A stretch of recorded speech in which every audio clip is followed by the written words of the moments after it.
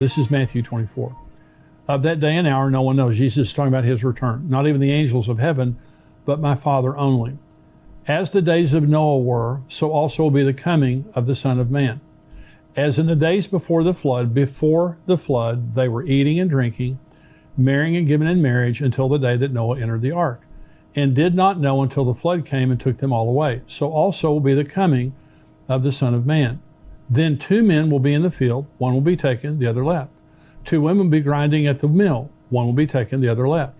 Watch therefore, for you do not know what hour your Lord is coming. But know this, if the master of the house had known what hour the thief would come, he would have watched and not allowed his house to be broken into. Therefore, you also be ready, for the Son of Man is coming in an hour which you do not expect. And so let me tell you what it would be really easy for me to do on this show that I will never do. And that is, I could scare a lot of people to death, and I could sell a lot of food right now, prepackaged food and things like that. And I know of end times teachers that do that, scare people to death, and they offer you all their survival gear. I totally believe what Jesus was saying right there in Matthew 24. He said it will be as in the days of Noah before the flood. We are not going to see the tribulation. As a believer, we need to be comforted. There are birth pains that are happening right now, and those birth pains are going to continue until Jesus comes. And I believe that Jesus is right at the door. I believe he can come in any minute. And so I believe that Jesus is coming. And so I'm saying, don't listen to all the doomsayers. Don't listen to all the people trying to make us believe that we need to be preppers. And by preppers, I mean that we need to buy all this stuff and get all this stuff ready. This is my number 3 point of preparation, and that is be wise and be prepared. Now, this is my personal opinion. I'm just about to give you. Karen and I have 2 to 3 months of food and things on hand. We bought some of this freeze-dried food that comes in the buckets and lasts for 25 years. You can find it on Amazon. You can find it at different places. But we could probably live off of the food that we have for 2 to 3 months, something like that. Other things that we have saved up, and COVID was part of that. Was the reason that we saved it up. And I'm not saying that because of the tribulation or anything like that. I'm saying it because of natural disasters, power outages.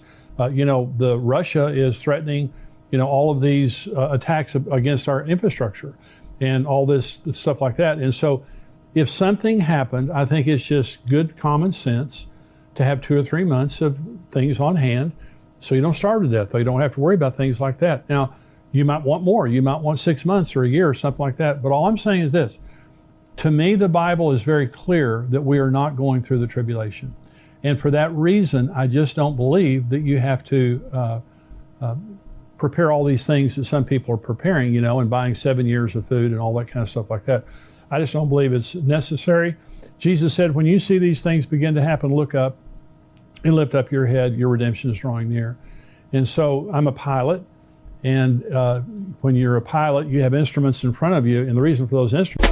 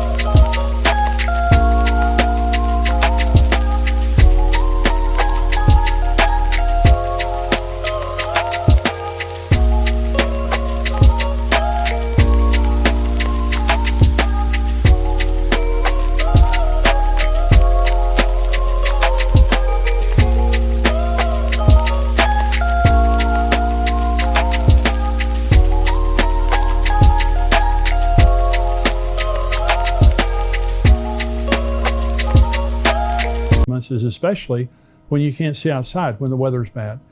And when the weather's bad, you trust your instruments. And so you have to trust your instruments. Your life literally depends on looking at those instruments and trusting them.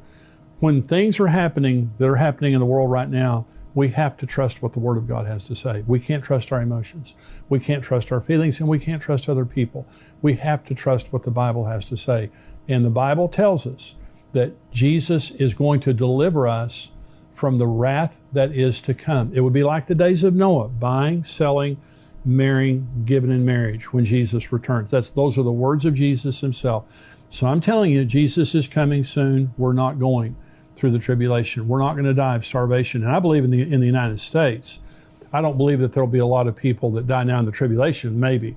I believe there'll be shortages and high prices in the United States, put a lot of stress on a lot of people who are already struggling.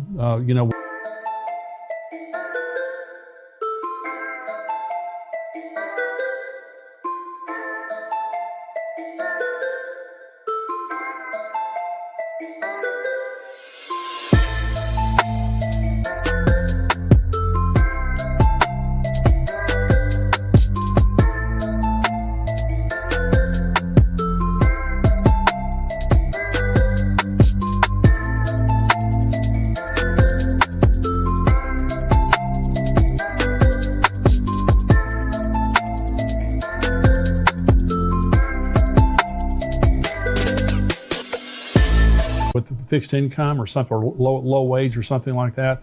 I don't think we're going to see a lot of mass death in the United States, but you'll see it in Africa. You'll see it in places in